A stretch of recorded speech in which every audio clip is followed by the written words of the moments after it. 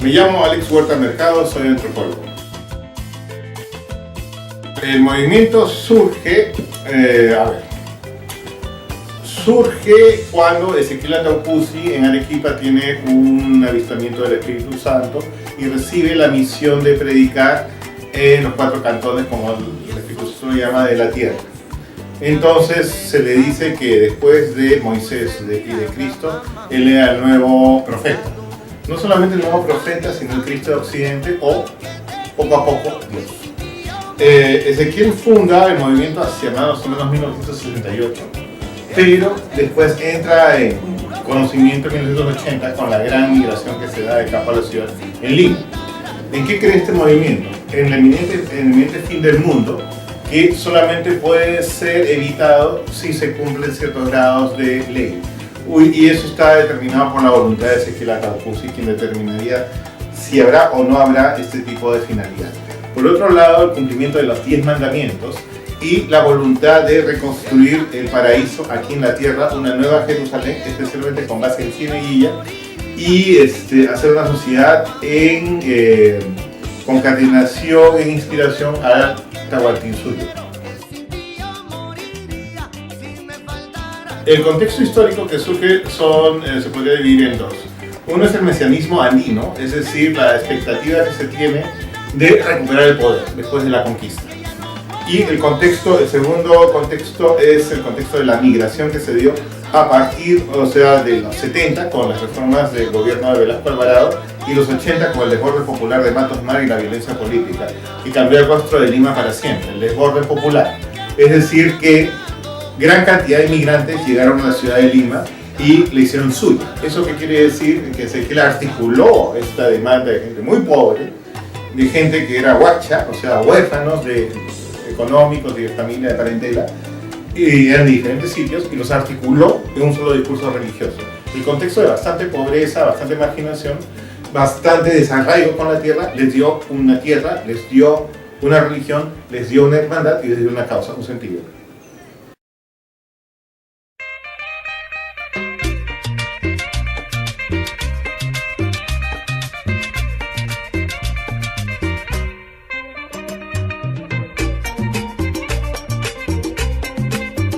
Mira, la vida en realidad, nosotros venimos de cualquier estrato social.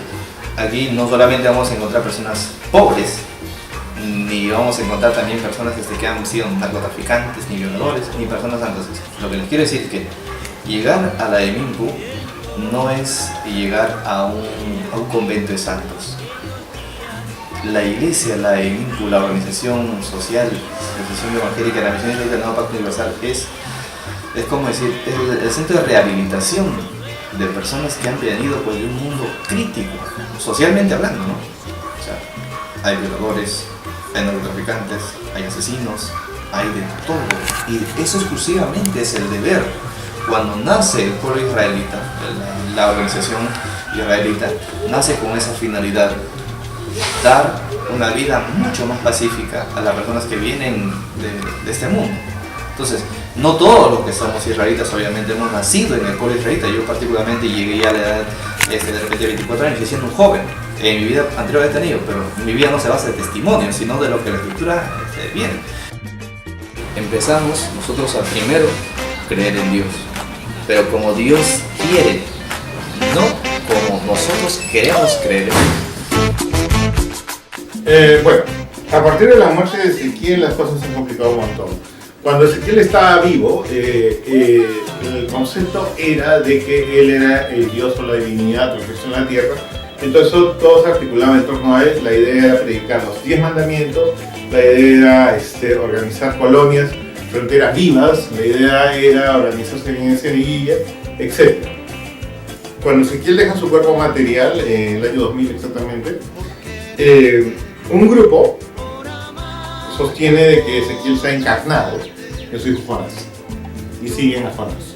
Otro grupo sostiene que hay otros profetas y otro grupo se va más hacia el lado espiritual que Dios está en el cielo y que hay más bien que rezarle a Él, ¿no? O sea, quieren más al cristianismo clásico. Lo que pasa es que nuestra fe va más allá de nuestra razón. Es decir, dadas las necesidades que nosotros tenemos en la vida, ocurre que no tenemos un control total de la misma. No sabemos cuál es nuestro futuro, no tenemos un control total en el devenir. Entonces necesitamos algún tipo de contexto que nos dé respuestas. La religión siempre lo va a hacer.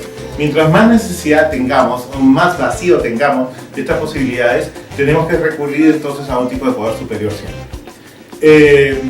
Precisamente por lo que me preguntas, cuando hay este tipo de pobreza o cuando hay este tipo de desamparo, es donde más se necesita también este tipo de respuesta extra de nuestro contexto y se busca más en el cielo.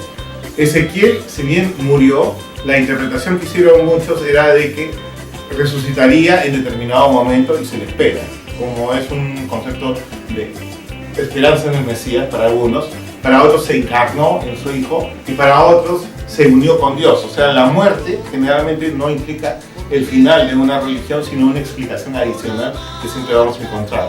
La religión en general responde más preguntas de lo que la ciencia puede responder y genera mucho más sosiego de lo que la ciencia lo hace. Y por eso es que creemos, porque lo necesitamos también.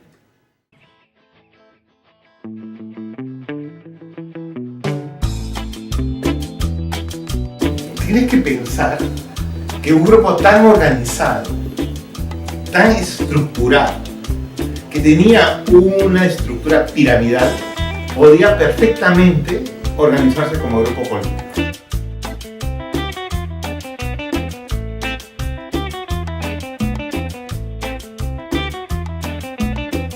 Y pusieron a un congresista, a Noriega.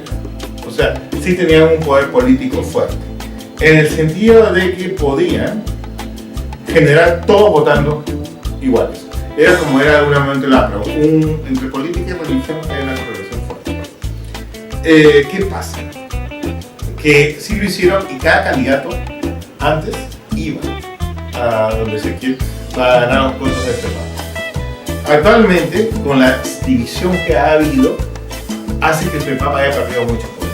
Es decir, no he visto que hayan ganado suficientes escaños, no he visto que hayan ganado escaños. O sea, se ha disuelto bastante porque han perdido la unidad que tenían antes, que está articulado por el líder.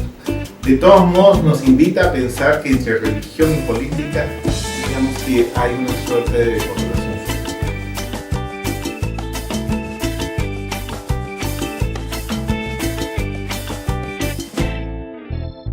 Mi nombre es Abdón Vela,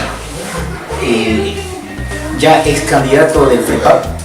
Bueno, en este principio son dos, si bien es cierto, podemos ver como dos instituciones distintas, pero sin embargo el lineamiento que nos hace que seamos iguales es lo que nosotros pregonamos, es la igualdad, el desarrollo social y moral de la persona, rescatando una sociedad, como lo dijo ya nuestro gran maestro fundador del FREPAP, el gran maestro Ezequiel Cauposi Gamonal, de crear una sociedad libre, culta y soberana, sin explotados ni explotadores. ¿Y eso cómo lo vamos a lograr? Bajo la guía y orden de la ordenanza que toda la humanidad tiene que coincidir en ello. Claro que no es fácil estar en ese vínculo, pero lo que nosotros tenemos que tener la relación entre FREPAP y MIPU es la unión de desarrollar la ejecución de los 10 mandamientos. Nosotros tenemos un lineamiento muy importante. Somos un partido nacionalista, tahuantinsuyo, revolucionario, agroecologista y de ancha base. Desarrollamos cada uno de ellos. ¿Por qué somos un partido teocrático? Porque nos regimos bajo la ordenanza de los 10 mandamientos de la ley de Dios, que induce al hombre a rescatar los valores hoy en día ya perdidos. ¿Por qué somos el partido tahuantinsuyo? Porque heredamos el legado de nuestros antepasados los incas, de trabajar unidos para el desarrollo social y comunal bajo los principios el Amasúa, el Amaqueya y el Amarillo. ¿Por qué somos un partido revolucionario? Porque venimos no que somos revolucionarios de la revolución, no, sino en rescatar, venimos a hacer una política revolucionaria, en rescatar los valores ya perdidos. básicamente nos enfocamos en ello. ¿Por qué somos agroecologistas? Porque nuestro lineamiento va desarrollado, como vemos, nuestro eslogan siempre, el FREPAP con el agro al poder. Desarrollamos el legado de nuestros antepasados los incas también, en que nuestro país, Perú, tiene que ser una despensa alimentaria. Debemos de ser una potencia en la agroindustria. Y ello es lo que nosotros, porque somos un partido de ancha base, porque trabajamos con todas las organizaciones sociales y con todos los colectivos sociales. No somos un partido cerrado, somos un partido abierto que llamamos a todas las organizaciones y la sociedad a la unión y vivir de tal manera en una sociedad libre para todos sin distingo alguno.